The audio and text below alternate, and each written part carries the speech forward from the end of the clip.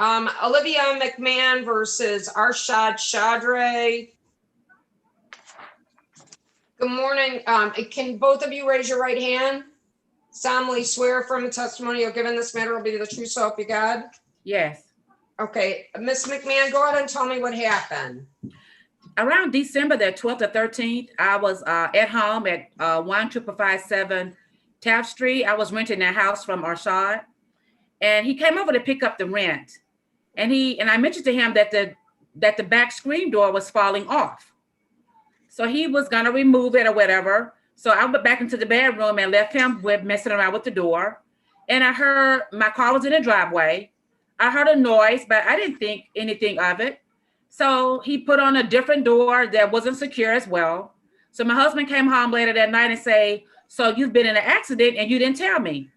And I was like, "What are you talking about?" So we went outside and my car had these deep gashes in it and scratches. So I immediately called Arshad and say, "So you damaged my car and you didn't tell me?" And he said, "No, I didn't damage the car." I said, "Yes, you must have hit the car with the door because I heard that loud noise and my car was sitting in the driveway." So after that, maybe 2 days, or I don't know if it was like some days after, a police came over and was like, "I came to look at your car and talk to you," because he said, "Well, a man came in frantic and filed a police report saying that he backed into your car, that your car was on the street." And I said, "No, my car was in the driveway. I know who you're talking about," because he told the police officer that he didn't know who we were, that he didn't know us. And I said, told the police officer the story. Now I was here at home. He came over to get the rent. He fixed the door. My car was in the driveway. And we were trying to work it out so he would just give us the money back or not take the rent. But he continued to want his rent and he would not give us the money to fix my car. So I went to Carbright and got an estimate and gave it to him. He wasn't satisfied with that. He wanted me to go to a place that he found, which was the Downriver Collision place. So I went there. They gave me an estimate. He sent me to one other place. So he never gave the money back for the car. And whenever we would ask him, he'll say, "Well, you owe me rent or you owe me water bill," but he would never give the money back for the car. How much is the estimate for the car? $1,003.19 with Carbright and $961.49 if I go to Downriver Collision in Lincoln Park. I think that you wanted to go to Carbright. Right, because at that time I was living I wasn't that far. Well, I'm used to them, so I went there before. So they're really good about it. They were gonna they were gonna give me a rental car and go ahead and add it to the bill, so I don't have to go to any other place. But he would never give the money for the car. Did you get it fixed yet? No, ma'am, it's not fixed. Okay. Mr. Chadre, what's your explanation? Oh, yes, ma'am.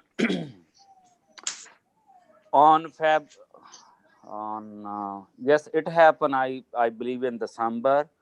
In January bill, when I going to get payment, we adjust. I took off 1 month rent, and I had it everything, but unfortunately, I took like whatever from my rent because we adjust with rent.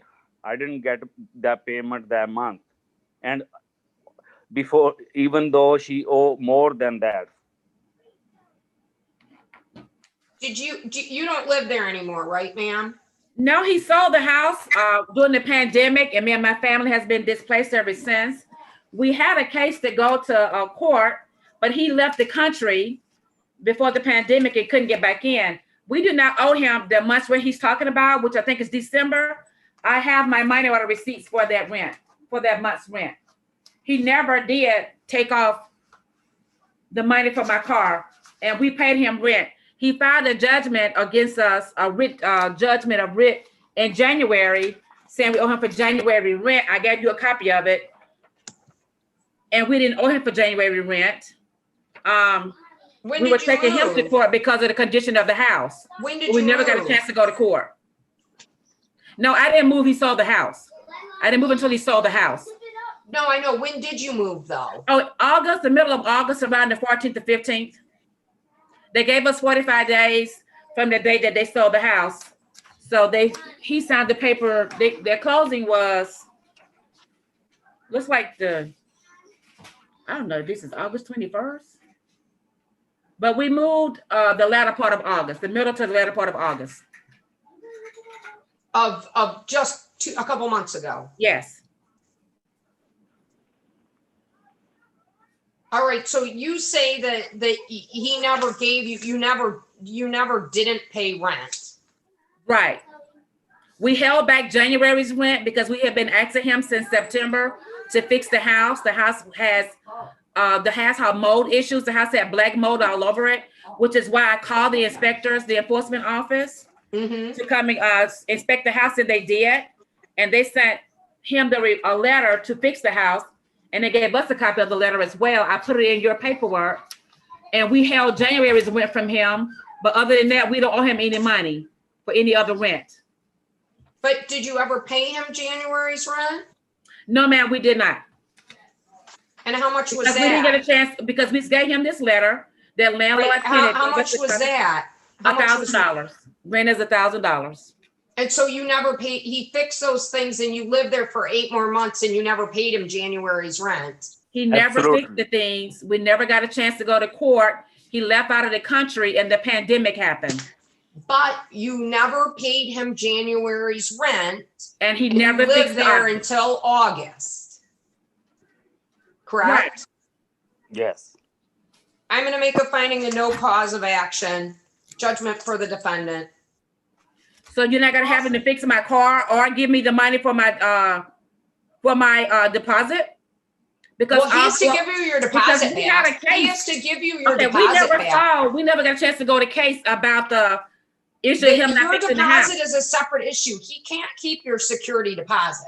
Well, that's what he has. I put that in your That's paperwork not too. this small claims. This is only over the issue of that you didn't pay January's rent, and that would cover your car, and if he's got to pay your security deposit back. So, well, that's in my paperwork too, to pay my security deposit. He's got to do that. That's separate from this. Okay, so All right. You do have to give that, or her do a somebody else security have to do that? deposit. How much was your security deposit? $1,000. Yeah, you've got to give that back to her, sir.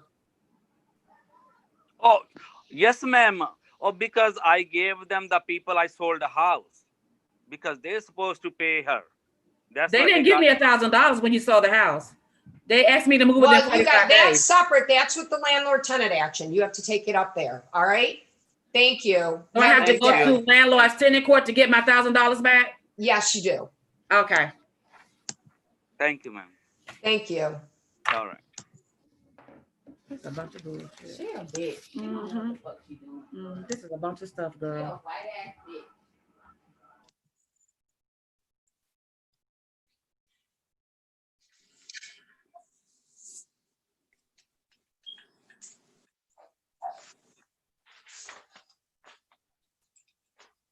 Good morning, Miss Aman. How are you? Good, thank you. And I have Mr. Williams. We're waiting for his attorney. Mr. Williams, no word from your attorney? No. Paige, will you try to call Lawrence Williams for me? Yeah, do you have a telephone number? I do. It's 248 Okay. 358 9605. Hang on, we'll see if we can't get your attorney. Okay.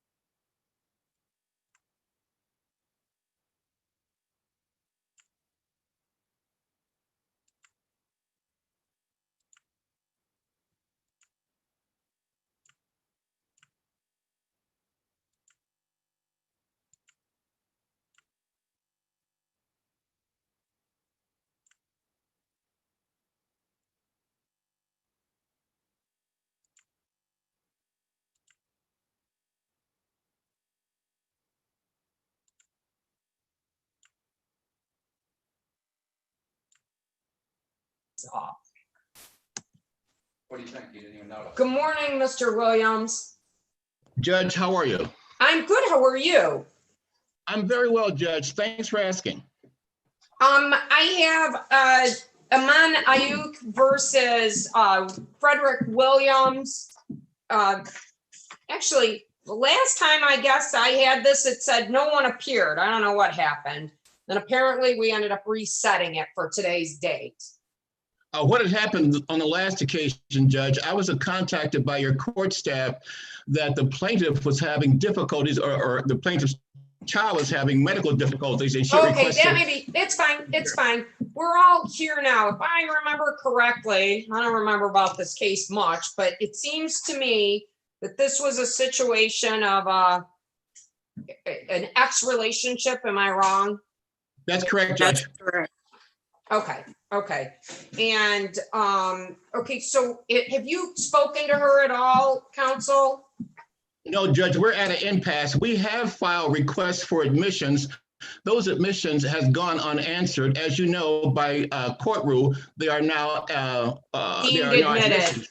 Yeah, And Miss Ayuk, if they sent you admissions and you didn't respond to them by law, they are deemed admitted, meaning that those come in as true. No, that I did send them by certified mail. By the date that he requested, they were sent on November the 6th. They requested them by the 8th.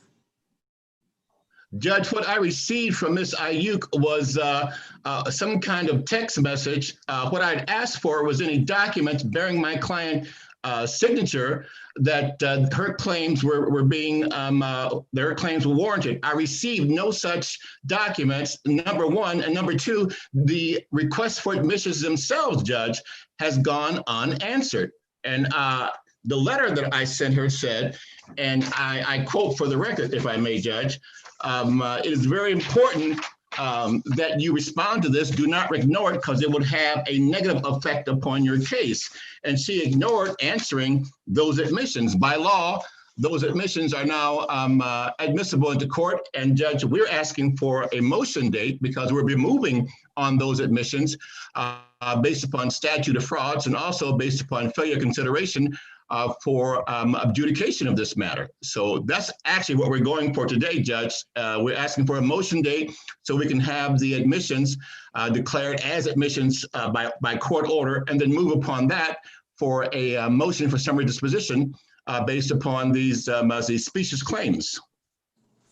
I'll let you file a motion for summary, a hearing to be held in January, on January the 12th. We'll set it for a motion and an adjourned pretrial. Paige, what time? And at that time, Miss Aman, you or Miss Ayuk, you can submit any documentation or proof of service of what you sent or whatever. Do you understand? Okay. You know, you're gonna get his motion and you can respond to that in writing. It doesn't have to be legalese. Obviously, I know you're not an attorney, but you can respond and submit copies of whatever proof of service you have, okay? Or whatever. Okay. Okay? Yeah. And Judge, Yeah, and Judge, I'm sorry, just as a matter of bookkeeping, should I motion up my request to have these admissions ordered as admissions for the sake yeah, of you this can do it trial? for that same date. Summary and the Okay. motion, you can do it for the same date. Paige, what time on the Okay. 12th of January? 10:30. 10:30? Yep. 10:30 on January 12th, council. That'll give you enough time to file it. And Judge, I'm assuming that will be Zoom or that's in person? It will be Zoom. Understood. All right, does everybody Okay. understand? So that's Tuesday, Yes. January 12th at 10:30, and that will be the motion hearing. Correct. Thank you, Judge. Presuming you Nothing file further? it. Presuming you Yes, file it. assuming that I filed it. Thank you, Judge. All right, anything else, Miss Ayuk? No. Okay, then I will see you guys in January.